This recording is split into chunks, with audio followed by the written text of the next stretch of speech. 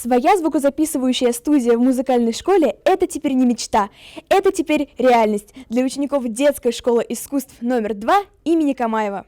Гора новостей на торжественном открытии музыкальной студии звукозаписи под названием «Лель».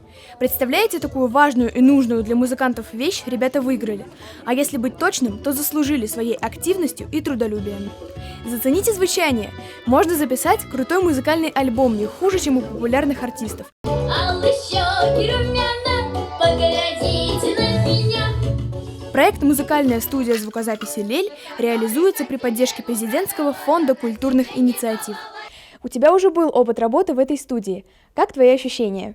Мне очень понравилось, но как-то непривычно то, что обычно ты поешь, тебе слышно свой голос, можешь услышать музыку, а тут ты просто слышишь музыку, тишина, ты в замкнутом помещении, и ты слышишь только свой голос, и то плохо его слышишь. И звук. Интересные ощущения.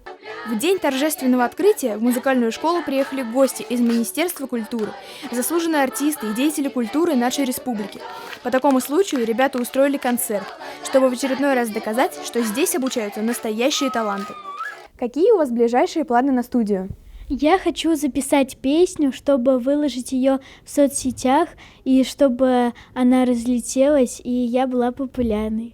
Как круто ребята поют, им точно нужна звукозаписывающая студия, чтобы еще больше людей смогли наслаждаться их пением.